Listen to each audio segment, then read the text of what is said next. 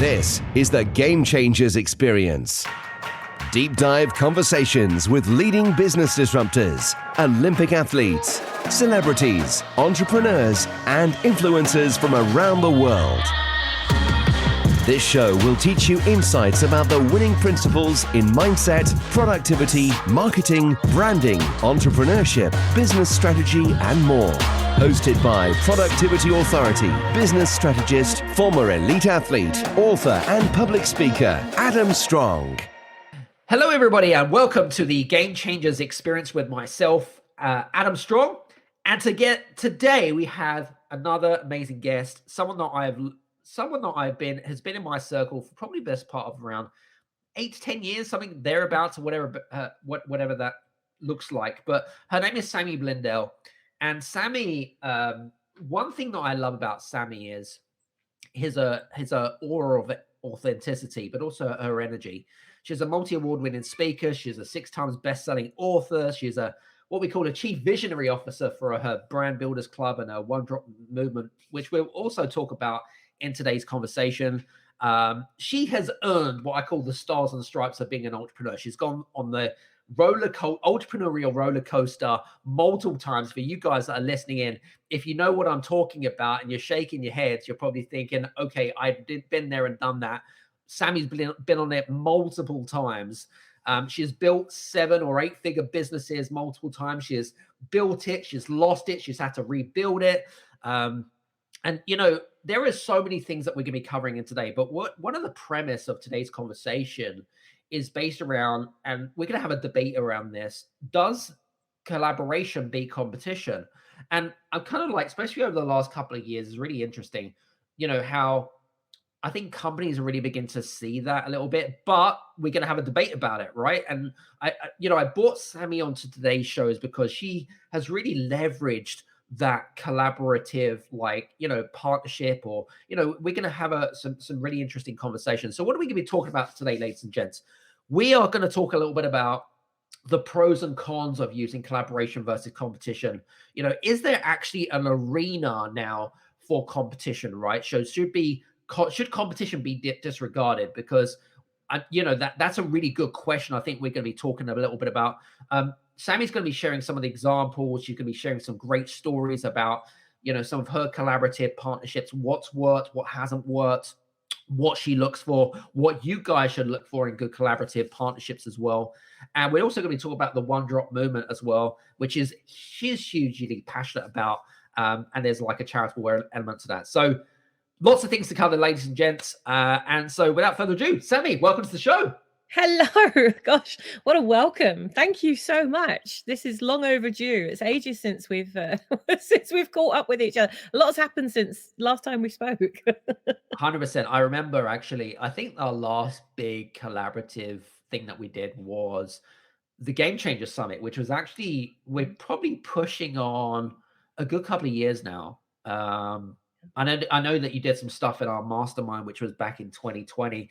So we're talking we're talking well over 2 years now, which is just crazy how time flies by. It sure is. It really is. But what an honor it is to be back here and to be debating and celebrating collaboration. I love this topic. It's one of my favorite topics. Absolutely. Now, I know that some of I want to give people some context to you, because I know that a lot of people from around the world aren't going to know who you are, but I know that you've been building businesses from a very young age. You've got a good 20 years behind you, from brand building to building companies.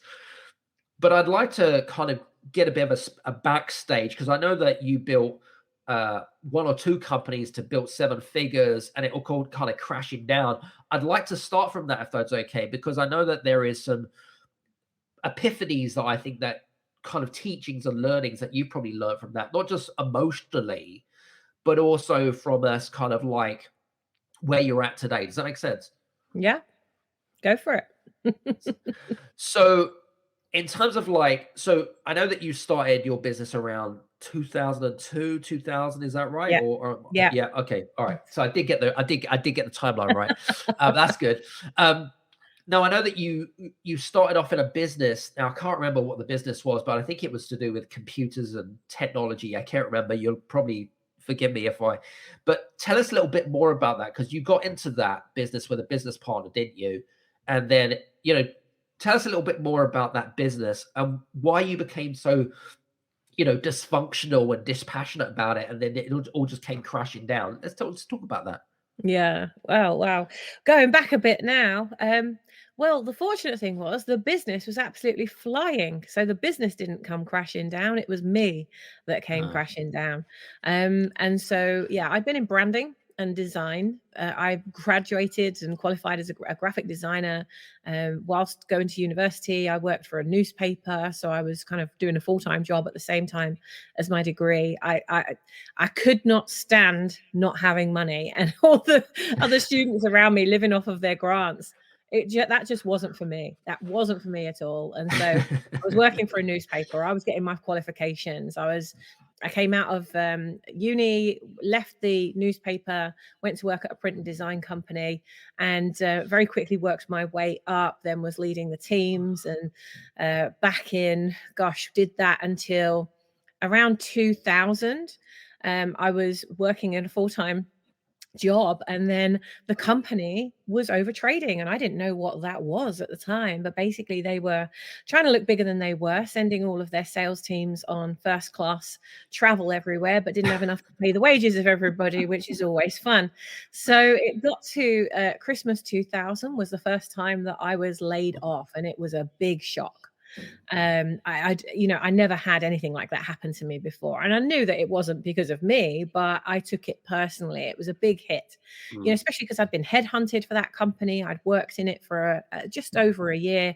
I'd built up a whole design team, working very closely with the marketing team, and we loved it. And it was like a big family. That was collaboration. We really built that team through collaboration, and we looked after each other. And so for that to all come crashing down, all of a sudden lose that before Christmas as well. That was the first experience I had, bearing in mind, I don't like being without money, not because money, especially now, does not drive me. But back then I was very driven by money. I was very driven by success. I was looking around at everybody else around me, what they were driving, where they were living. And that to me was like, right, that's what I need to aspire to. So I was very materialistic back then, and was driven around that. But everybody in the company was. And so because I was surrounded by that, there was this natural, always that desire to have the next best thing, and to knock the next campaign out of the ballpark, so we'd all get our bonuses, and then we'd be buying the next bigger thing. And there was a lot of competition. There was collaboration, but there was a lot of competition, and that era of competition was a fast road to burnout.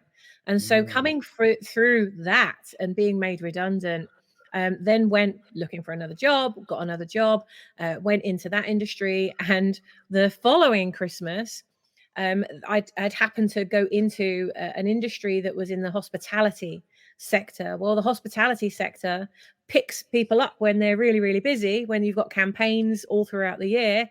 But at Christmas, when it's all over, right the way through to March, what I didn't know was they lay everyone off because they don't need you anymore. So second Christmas in a row, no Christmas presents. I'm making Christmas presents for people because I didn't have the resources to do anything with. And so another big hit, and that massively hit my confidence.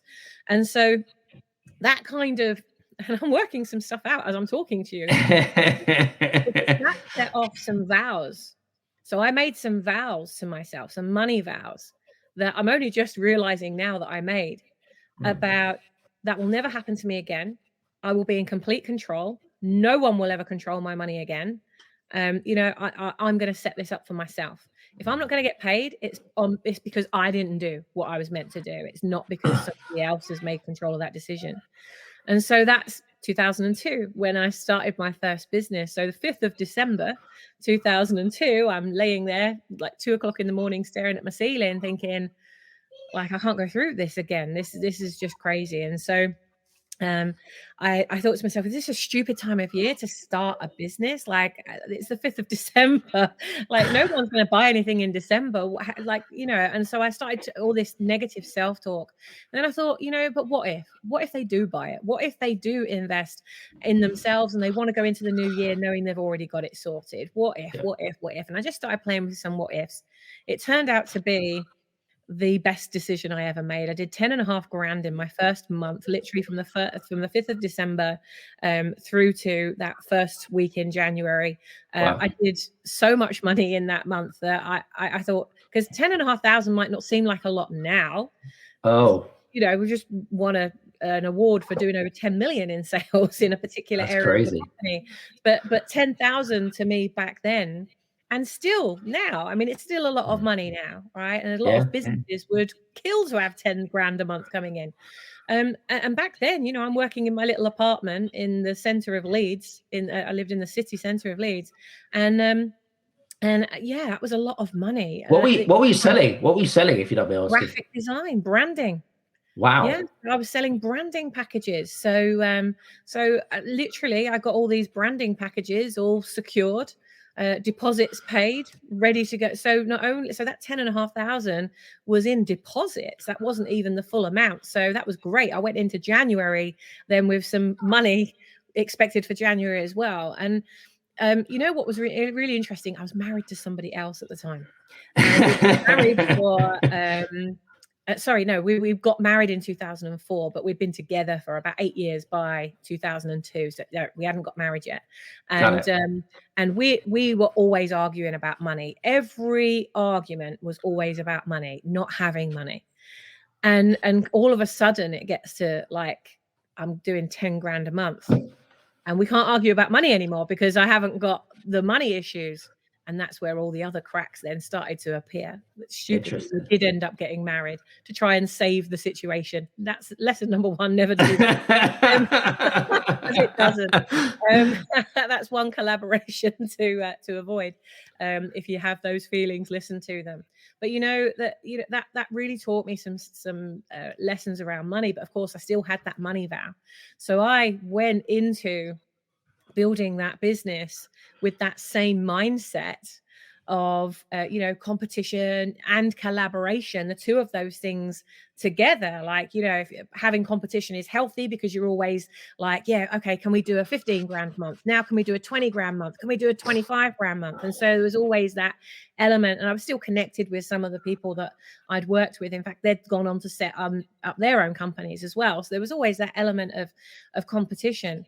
But 5 companies later, and and I'd built 5 businesses between 2002 and 2013. 2007, I partnered with another company because I didn't offer web design. I was doing the branding. He had a web design company. People kept referring us to one another. We said there must be something in this. So we started to refer to each other.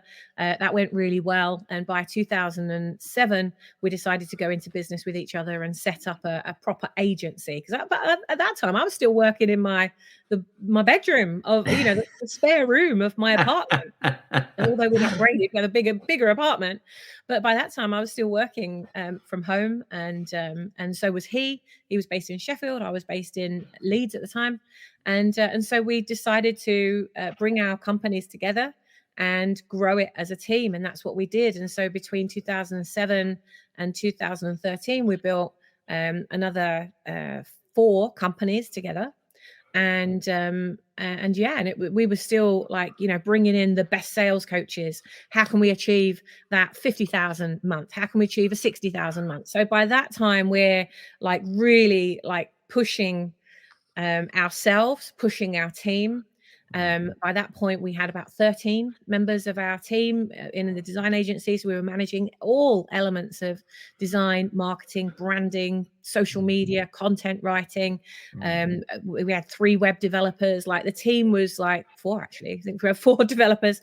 Wow. We ended up having to bring our own accountant into the company. Customer service. Like we ended up investing in refurbishing an old windmill. So we invested in the windmill building that went with the windmill. And That's as we cool. were growing the team, we kept having to like go into another part of the mill and another part of the mill. So we had architects come in, and I mean, it was a great experience, you know, the branding all over the glass everywhere, you know, beautiful.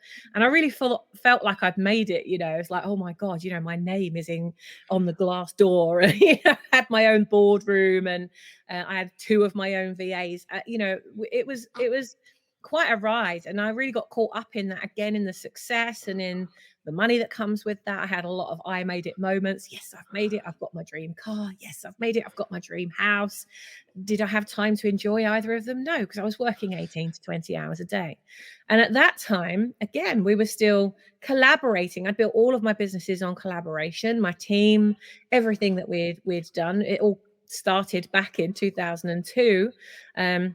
When I went to a business link seminar in the center of Leeds to find out, well, what is this thing called business and how do I run one? Because I'd never started one before.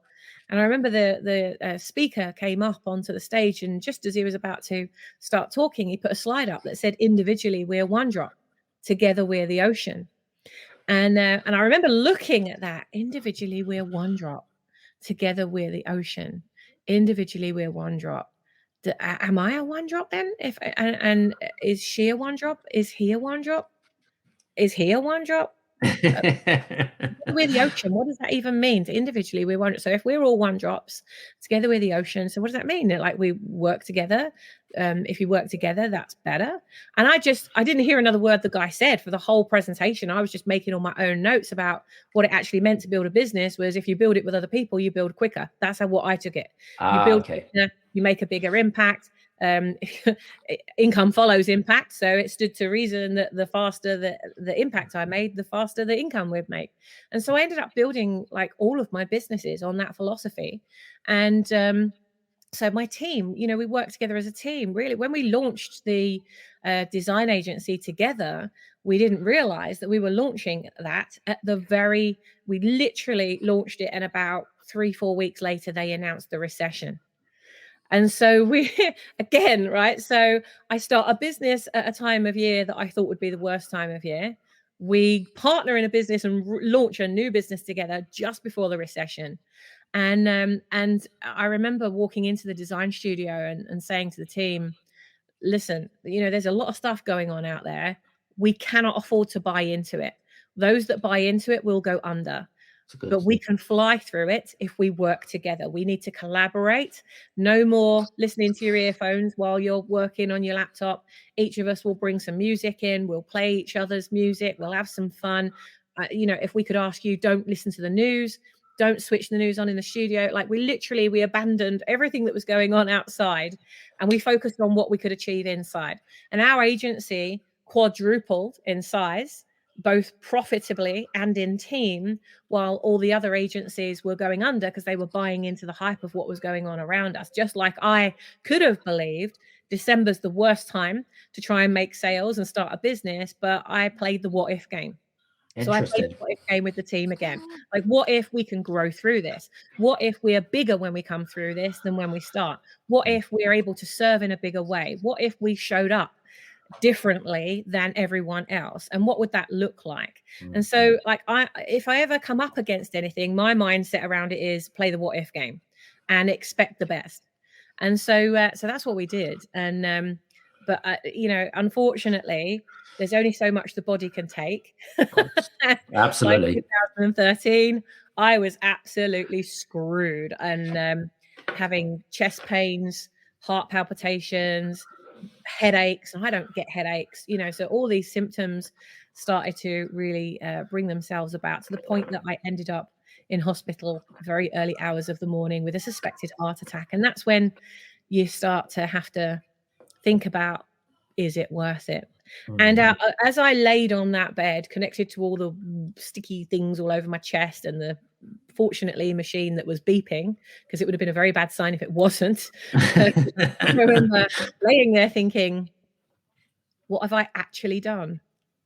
Now, to the outside, other people would be thinking, most likely, Jesus, look at her. She's going for it. She's really successful, got multi-million-pound business, award-winning, amazing team, beautiful offices, everything that money can buy.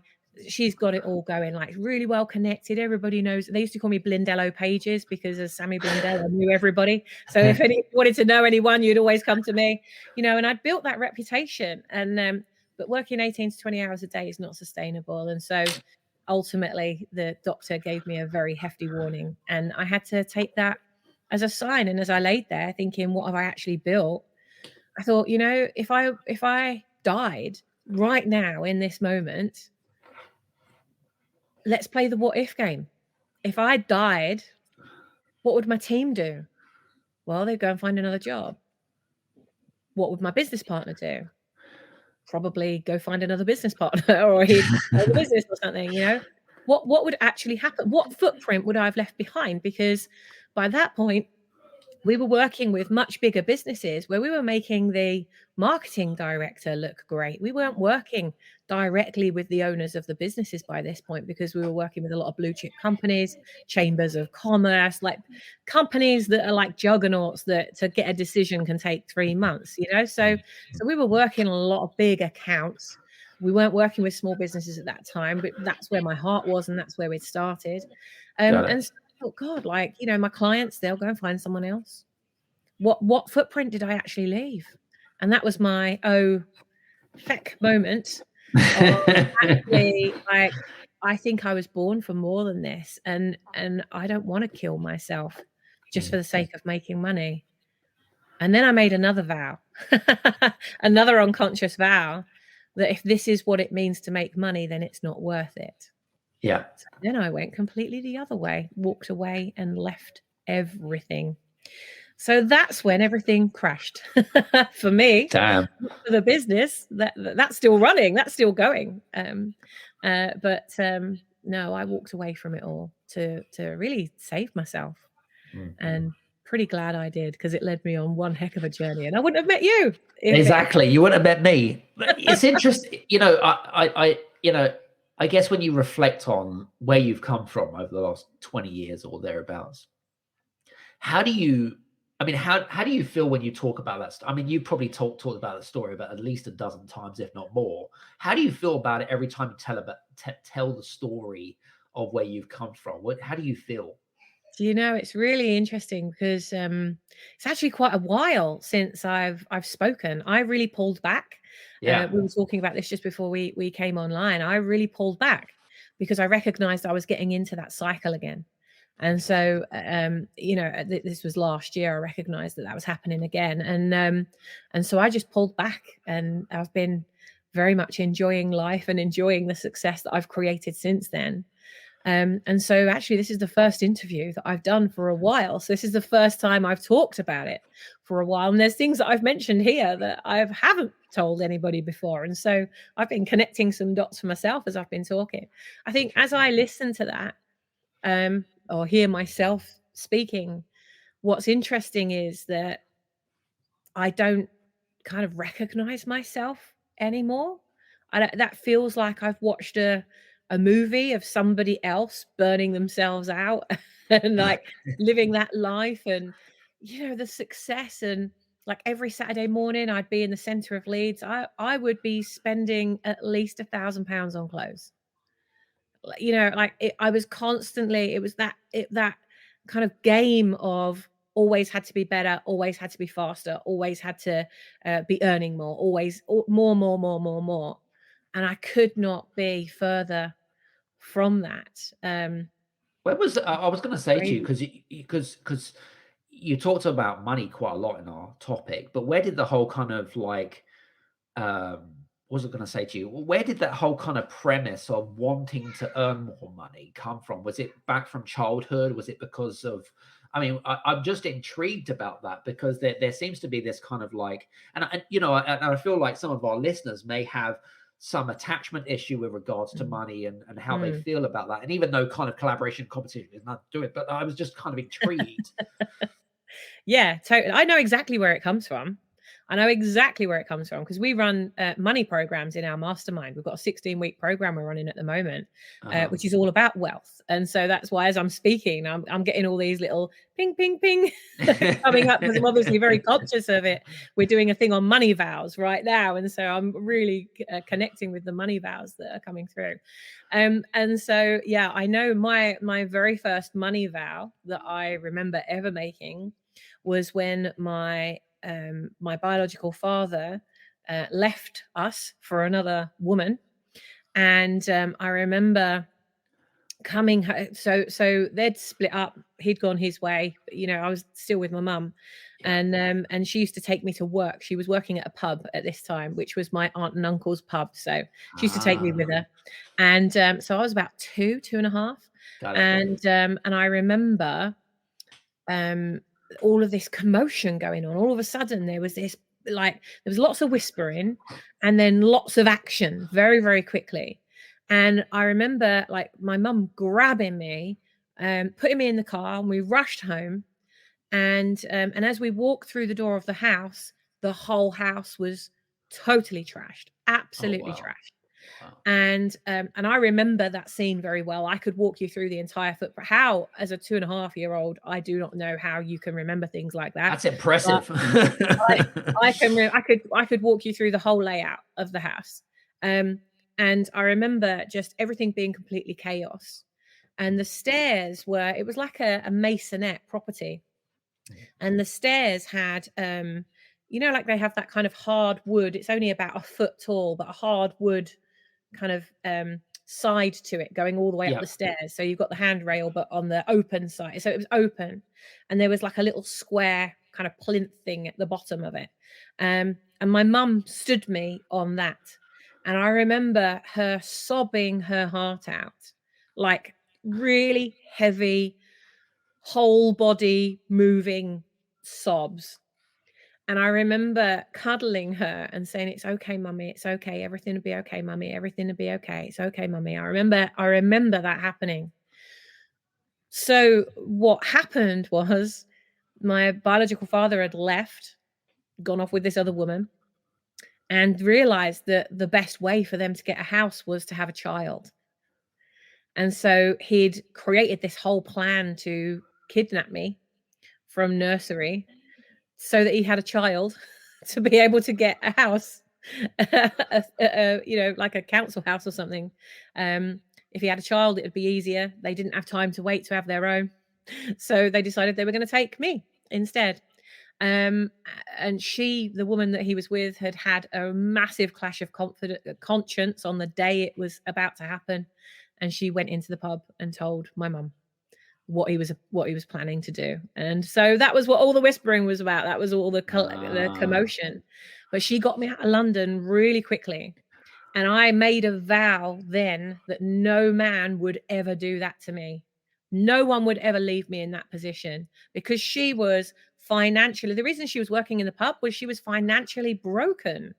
He'd literally left her with loads of bills. He'd walked away, you know, run up a load of bills, left her, you know, to deal with it all, as well as raising me. And she'd been a very, very, very successful in her career up until then. So now she's working in a bar for her sister just to make ends meet.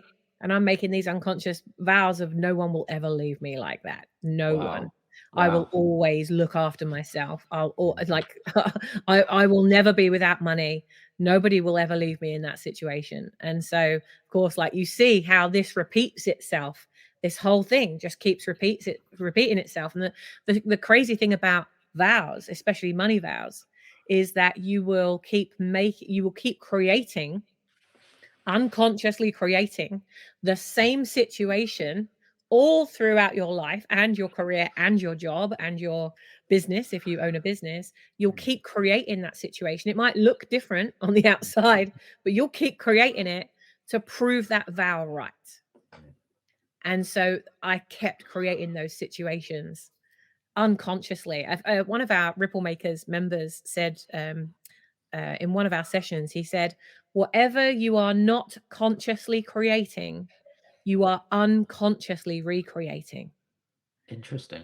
takes a little Love bit to that. get your noodle around that. Yeah, yeah, yeah. Whatever you are Absolutely. not consciously creating, you are unconsciously recreating. And I think that is absolutely true of these money vows. And these money vows go back way, way, way, way back. You know, they do start as a child and we carry them through. And of course, we look at our business and go, why is our business struggling? Why is this area of my business not working? Like, I've done this before, I've achieved this. Why is it not working? And, you know, question these things. And then you realize actually, you know, this is just a vow that was made all those years ago. And it's not you that's building your business. It's a freaking 3-year-old is building the business and running the show. You know, this 3-year-old is making decisions. This 3-year-old is throwing tantrums in the business. And all along, you know, we think it's us that's running it. It's not. It's that little 3-year-old that got wounded, that made a vow, that's Love it. decided that this is how it's going to be.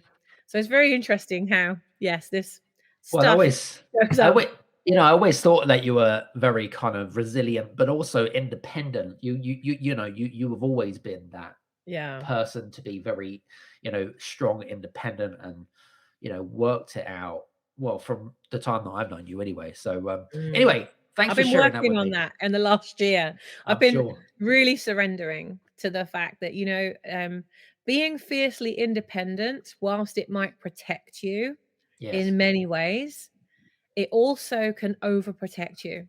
And that has enormous consequences. We talk about ripple effect, that has enormous ripple effect in a negative way on the people around you, because then you never ask for help. You don't know how to ask for help. Even when you do ask for help, you end up micromanaging. Oh my God. We could So talk about this. This could go so many different directions. Personality. Oh my God, Jesus Christ. Oh my goodness yes. me. So I've Love been it. working on that a lot the last year. That's cool. I like that. What's really interesting about you actually is that, you're extremely good at being self-aware about, your own internal, what your strengths and weaknesses are. And I think that's a really great thing to have. It's a great attribute to have, and so many people that even that are listening in, some of the reasons why they don't achieve success or why they struggle so much is because they don't have what I call their self-awareness antennas Mm. switched on. Do you know what I mean? Yeah, I Um, do. it's kind of like learning about yourself and really kind of questioning like why you do what you do type thing, but from a learning perspective, if that makes sense. So anyway, Yeah. all good. Love it. Love it. Love it. Love it. Right. Let's get back on track, because I want to talk a little bit about collaboration. I know that you've given some great metaphors and some stories and stuff, but when it comes to collaborative partnerships, collaboration, can mean so many different things to so many different people. But what do you look for? What do you look for in good collaborative, partnerships specifically? What do you think are kind of some of the bells and whistles that are attached to that? Yeah. Well, I would say the number one, the number one thing for achieving successful partnerships and collaborations is sharing the same vision. Nice. Sharing the same vision, and not being attached to. That's the hardest thing, is not being attached to circumstances that might take them away from that vision, You mean because that emotionally? um no, in two of the business partnerships, that because I've had quite a number of partnerships and collaborations over the years. Um, you know, some hugely successful, absolutely, it's still going now. Others that I got really disappointed. Like, you can feel it in every part of your nervous system, disappointed. And in both of Ah, those situations, um, both of those people shared the same vision for what I saw in my mind. This is, I really want to collaborate on this because this is my vision. I can see your vision, that I think we're aligned. Um, but in both situations, their partners had something had gone wrong with them with money, comes back to money, and they became very then focused on the money instead of the impact. Well, I'm all about impact, because I know that income follows impact. And if you're both moving towards a vision, and values would be the next thing. So having the same vision but similar values is so important. And so, if you're going to go out there and you're going to be all about collaboration, and community, and that's what your brand is about. But all of a sudden, 50% of the partnership gets focused on money and, right, we've got to bring this in because, you know, this has happened. I've got to make sure I've got enough money for this. And so they then start panicking about money. Well, you know, for somebody who has let go of that and is in the process of letting go of that, to then have that energy around you again, that's horrible. And actually, this time last year, I was reflecting on this morning as I was journaling, and I said it to Greg last night. This time last year, I felt sick. I was ill. I was really ill.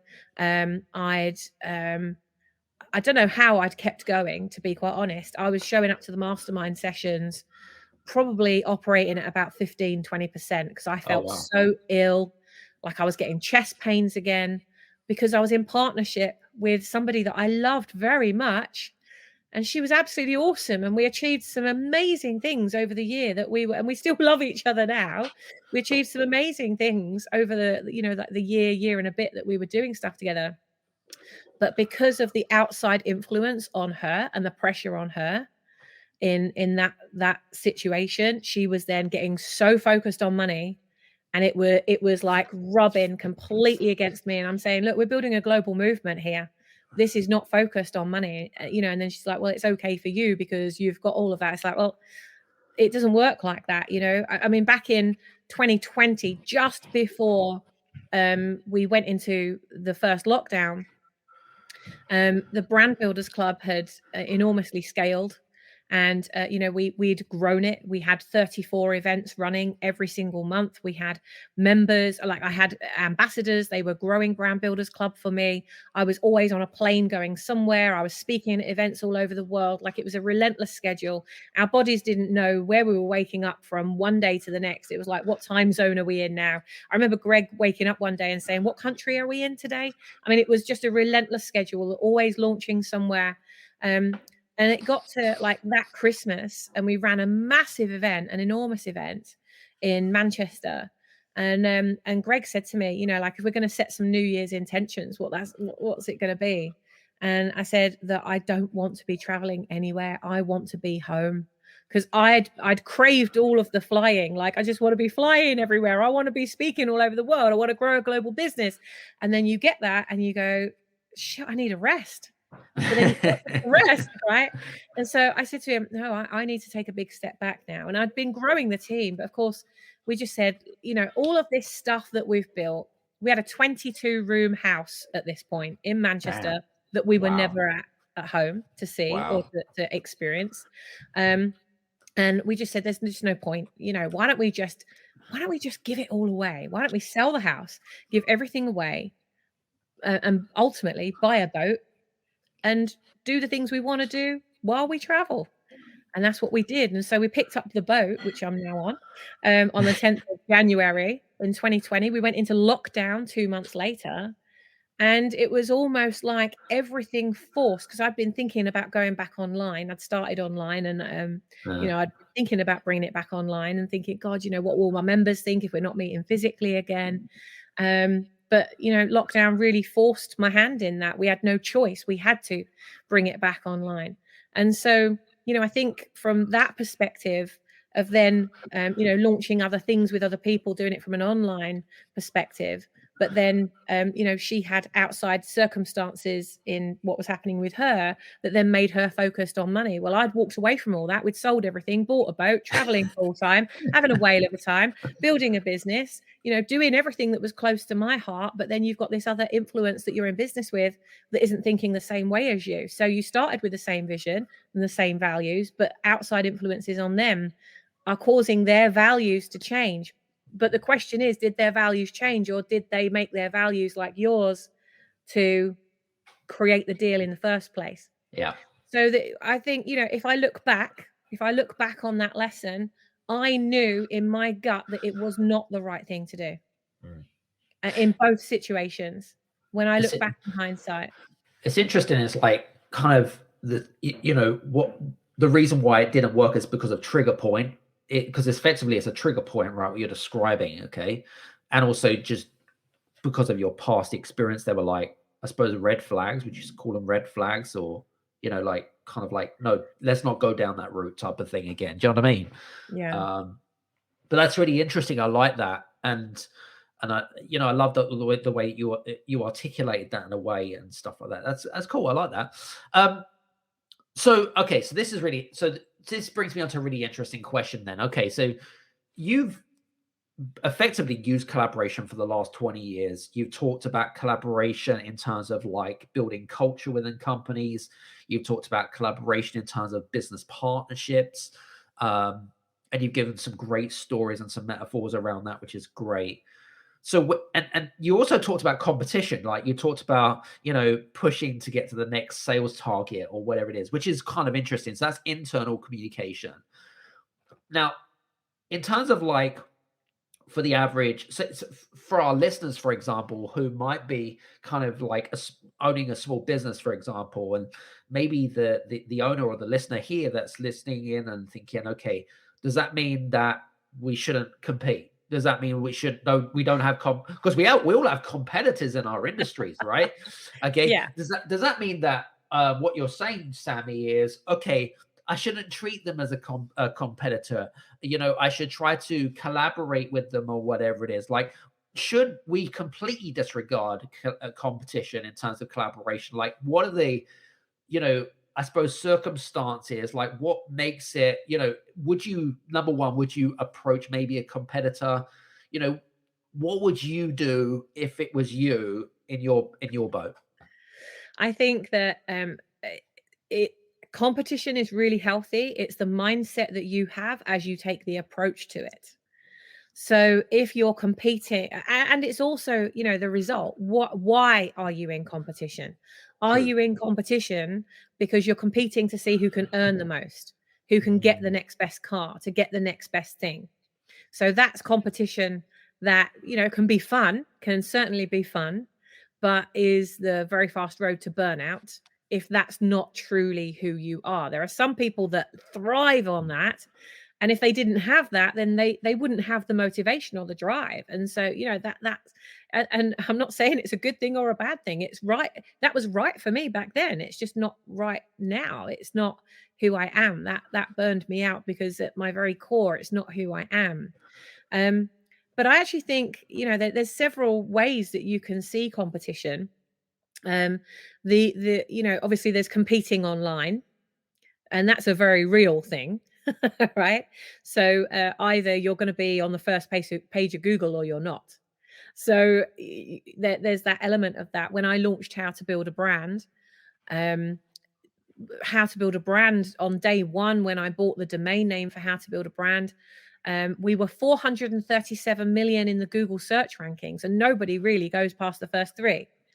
And so that would have been easy for me to look at that and say, "Oh, well, holy fuckadoodles, there's absolutely no point in me even buying this domain and trying to rent a space in the branding space. There's just no point because there's too much right. competition."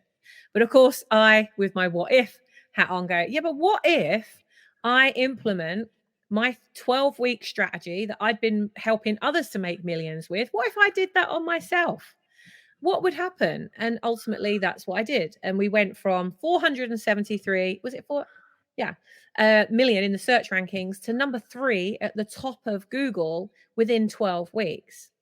And in that same amount of time, I launched my first book, my first program, and had £18,000 a month coming in after that first 12 weeks, going from zero and launching from nothing to building How to Build a Brand to become the world's largest brand building resource. Of course, that was my vision for it, to build the world's largest brand building resource. Was it the largest brand building resource in 12 weeks? No, but I had the vision for that. And what does it take to create the vision?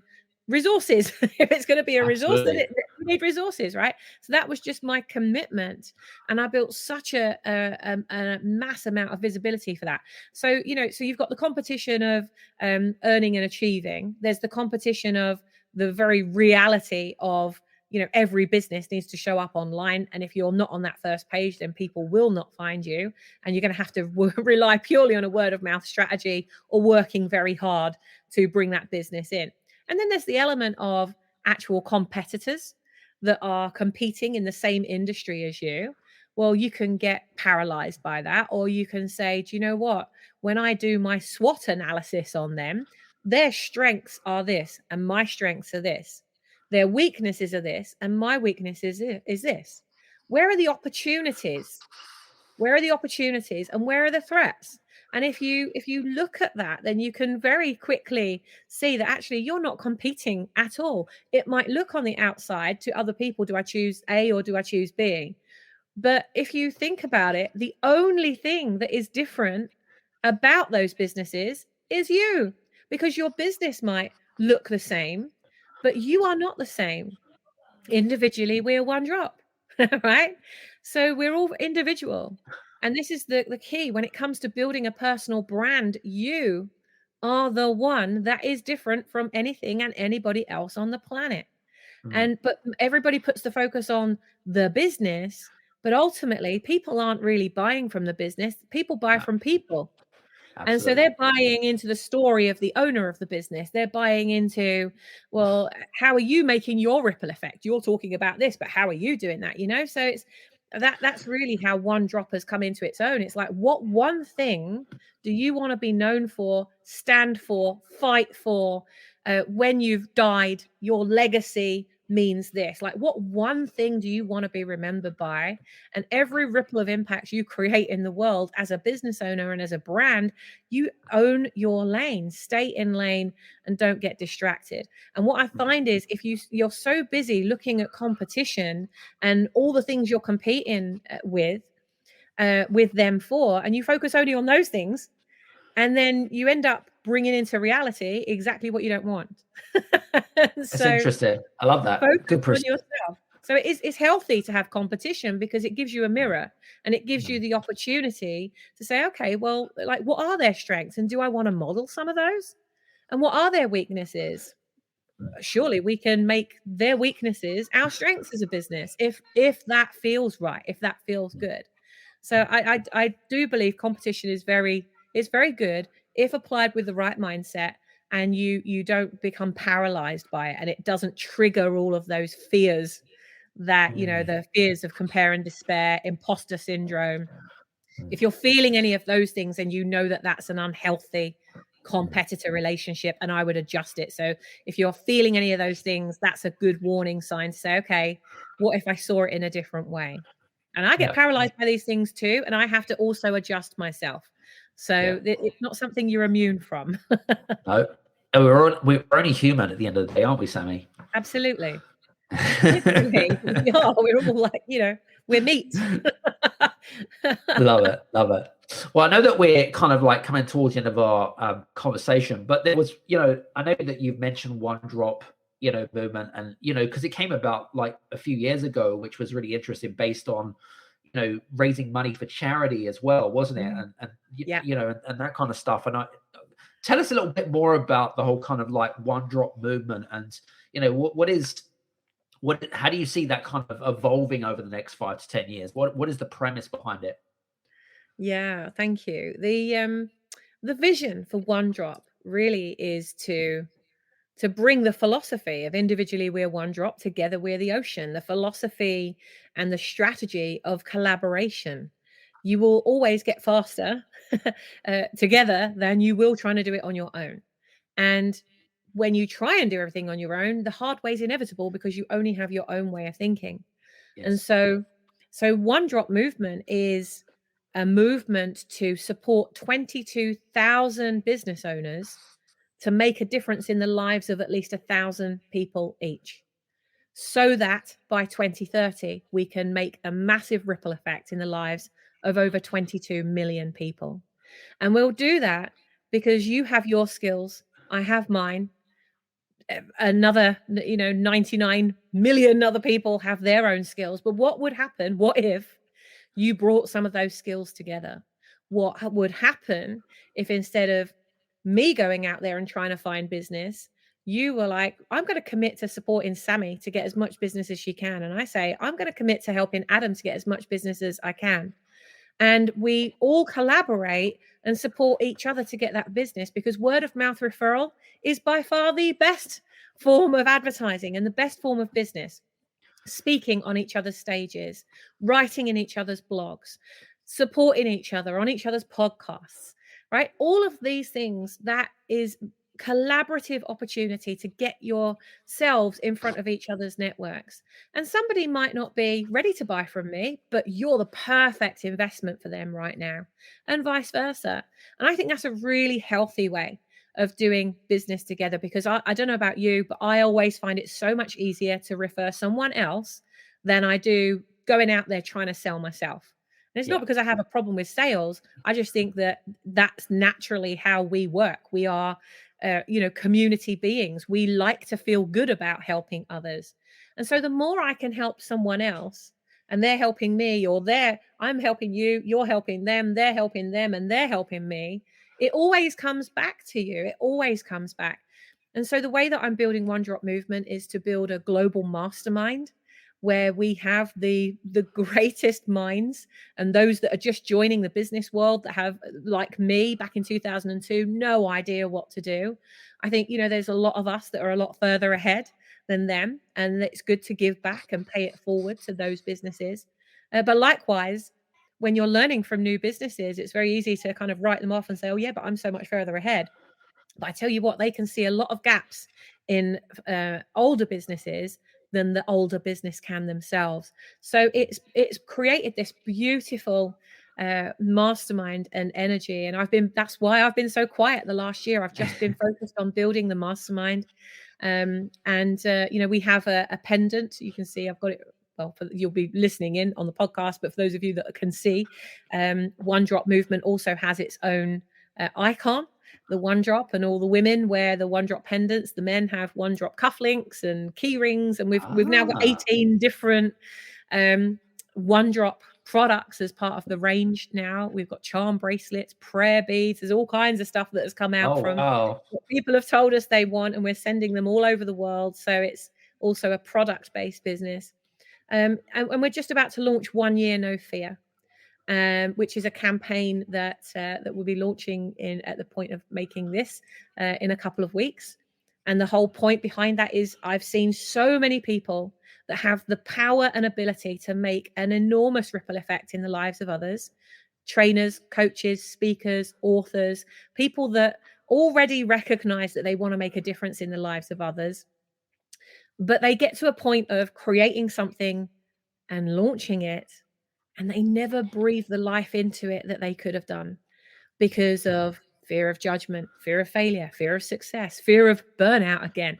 All these different fears that sneak up that would stop somebody from actually getting that in front of all the people that they need to. And so we're pushing the button on the campaign. 1 Year No Fear starts in January. And I want to challenge ripple makers, change makers, entrepreneurs and ultrapreneurs to make a bigger ripple of impact over the next 12 months by just saying, let's do it. Let's do it. Let's create that ripple of impact. Let's not do it on our own. Let's do it together. And so, yeah, that's what One Drop is. And we have a big aspect of it, which is about charity, and 30% of all the profits go to charities and causes that we provide. I collaborate on all 18 of our products that we have in the One Drop range. Every single one of them is a 50-50 partnership with somebody. So they make it, I sell it, 30% of it goes to the causes, 20% goes back into One Drop, the other 50% goes to the person who made it, like our One Drop journals, for example. We've got One Drop gratitude cards, 50% goes to the artist who created the cards, so everything we do, it is very collaborative. And I think that, there's so many skills in the world that why not bring our skills together? Why try and do it on our own? It's way more fun doing it with other people. 100%. And business should always be about fun, ladies and gents.